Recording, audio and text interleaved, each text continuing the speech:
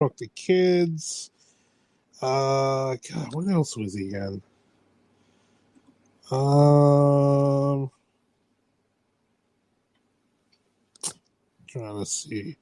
He was in Lawnmower Man too. That might be above some people listed his times. Um, God, let me see. He was in Pixels. Like, he's been in a bunch of stuff. He's a character actor, and he betrayed this character, Max Headroom. How do you describe Hexed? It's kind of like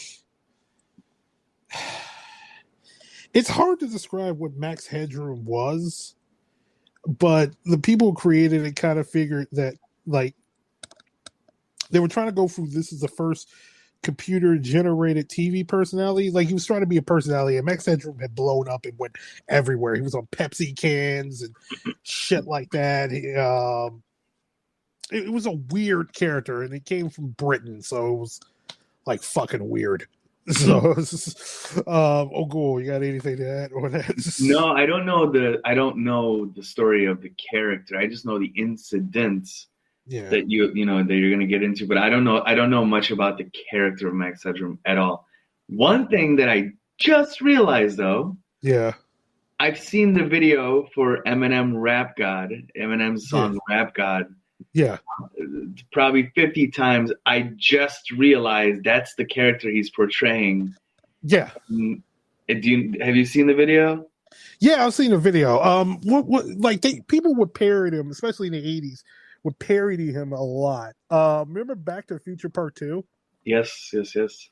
So remember the part when Marty goes to Cafe 80s and he sees a Michael Jackson thing, or like or this person just Michael Jackson describing its order, or is Michael Jackson impersonator, or like when the Ayatollah Khomeini and Ronald Reagan appear in Marty and they're both arguing when they against each other and they look computers. Mm-hmm. That's they're parodying Max Headroom. Okay, so it had sunk itself into the pop culture of the 90s. Yeah, Yeah. yeah, he was pretty big for a while, for a little, not a while, for a little bit. He was pretty big, but I found it weird. And mind you, I was like, when this incident happens, when the hijack happens, I was 6, but Max Headroom had been around for a little bit. Like I think he debuted when I was like 4 or 5, but I always found it weird, and I didn't get his humor. So let's talk about the actual hijack. So the first incident took place during a sports segment on WGN's 9 o'clock news, and it lasted for about 25 seconds. This person in his Max Headroom mask uh, interrupted the broadcast. It was a sports portion of the broadcast. He was kind of swaying back and forth, and it was like you didn't hear anything from him. You just heard this like buzzing noise during the segment, and it was like he didn't say anything. It only lasted for about 25 seconds. Like first, what happened is the screens went black for about 15 seconds during the sports broadcast. Then this image of the person wearing the Max Headroom mask, also wearing a pair of sunglasses, started moving back and front, and all you heard was like you saw him, you saw the background moving around, and you heard this buzzing sound, and it lasted about 25-28 seconds. Then it was cut off by WGN because they changed their frequency and it went back to the sports part, and I think Dan Rowan was hosting the sports part because it was during the time where he was talking about the Bears' victory over, I think it was the Giants. Okay. No, not the Giants. I think it might have been the Giants.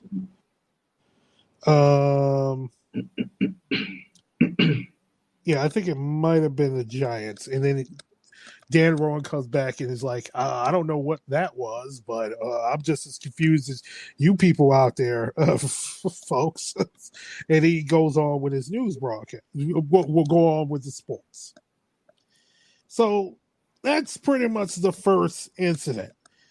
That's what I saw on the news because I was like wanting to watch. I don't know what. I think my dad was there or something, and we just happened to be watching that news broadcast, and we saw it, and we were just like, and I'm like, turned to my dad, I'm like, what was that? He was like, I don't know. And that was it. I mean, so, what could you have imagined it being in that moment? Like, it comes out of nowhere, lasts for just a little bit, and it's just gone before you. I mean, it's not like you can pick up your phone and look at Twitter at that time. It's just like a fleeting thing that comes and goes, and like that's it. Yeah. Yeah, we didn't know what it was. I thought like we had. I'm sorry. Go ahead. Did your dad recognize the character? Do you remember? We both recognized the character. It was like because we literally. I think afterwards we had. I said to him, "Is like, is there something wrong?" Because we had cable back then. We were one of the few families that had cable at that age, and we thought the cable box was screwing up at first, and then Dan Ronan comes back on and was like, "No, it's fine." Well, actually, it was. I don't think WGN was on cable. No, it was on antenna, and we thought that maybe the cable box had got into the antenna feed, but it was like, no, it wasn't. But we both knew who he was. It was Max Headroom.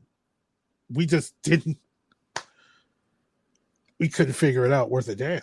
I mean, yeah, like again, what could have gone through your mind in that moment, you know? And how long did it last for? It was like 25, 28 seconds. Okay, yeah. I mean, that's like before you know it, he's gone.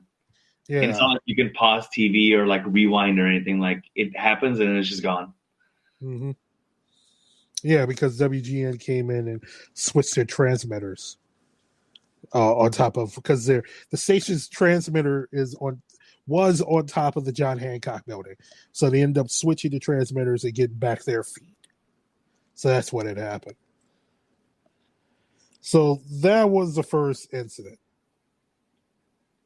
Also, after that happened, Dan Roden makes this kind of a stupid joke. He joked that computers were running the news and took off and went wild. Yeah, it was stupid then. So that was the first incident. Okay. The second incident happened the same night around 11:20. I didn't see this incident because it was time for bed. I was asleep because I was 6 years old. And I had school the next day. So I didn't see the second incident. I heard about the second incident a week later.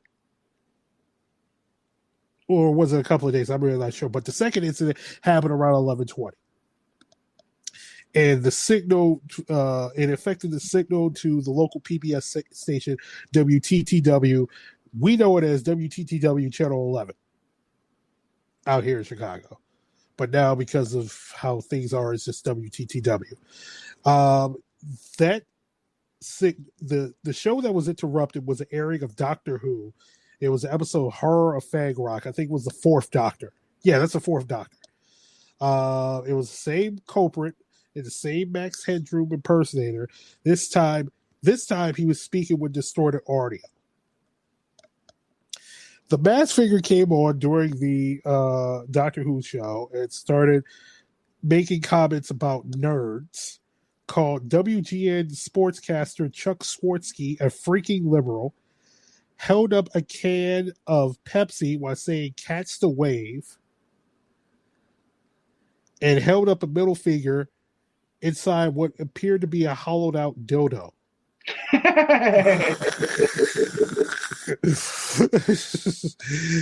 He or she, whoever this person is under this mask, started singing the phrase "Your love is fading," humming the theme song to the 1959 cartoon series Clutch Cargo, and saying "I see the X," a reference to the last episode of that show, and started acting like he was defecating.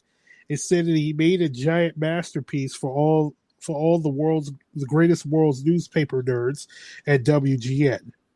Because WGN's call letters spell out world's greatest newspaper. That's what WGN means. I didn't. Are you making that up? I did not know this. No, that's pretty much what WGN means. World's greatest newspaper. That's how did I live in Chicago so long and not know that? Wow. All right. Because WGN is so old. WGN started as a newspaper. That's true. When you think of WGN, you think the television channel. That's very true. Okay. Mm-hmm. Then this person under this mask discussed sharing a pair of gloves with his brother, all accompanied by various vocal exclamations. After what appeared to be a crude video edit, the person had moved mostly off screen with his partial exposed butt visible from the side. The voice cried out, "Oh no, they're coming to get me. I'll make it stop." While a female figure spanked his or her butt with a fly swatter.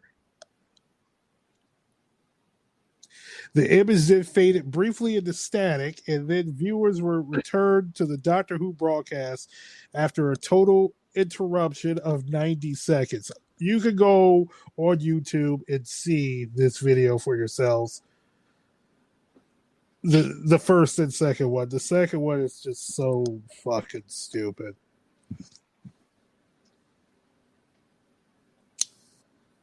And how many days apart from the first one? No, this was a couple of hours apart. A couple of hours apart. Okay. Yeah, okay. Actually, I think like an hour and a half or something, or less than an hour and a half. Okay. The technicians at WTTW Studios could not counteract the signal takeover because there were no engineers on duty at that hour in the Sears Tower where the station's broadcast towers were located. According to station spokesperson Anders Jokholm, technicians monitoring the transmission from WTTW headquarters attempted to take corrective measures but couldn't. Air director Paul Rizzo recalled that as content got weirder, we got increasingly stressed out by our inability to do anything about it. The pirate broadcast ended when the hijackers unilaterally ended their transmission. By the time our people began looking into what was going on, it was over, said Yoko. WDTW received numerous phone calls from viewers who wondered what had occurred. The station was able to find copies of the incident with the help of Doctor Who fans who had been taping the show. Makes sense. So the signal was coming out of Sears Tower, you said? WTTW studio signal was coming out of Sears Tower. So, I mean, could it be someone that worked at the Sears Tower late at night that somehow got into... I mean, I don't... Go ahead, yeah. Highly unlikely they were working at the Sears Tower because there was no one there.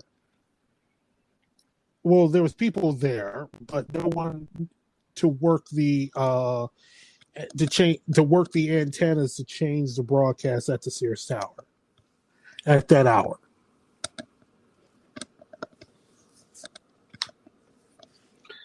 Okay. So, because of this had happened, the FCC had to get involved.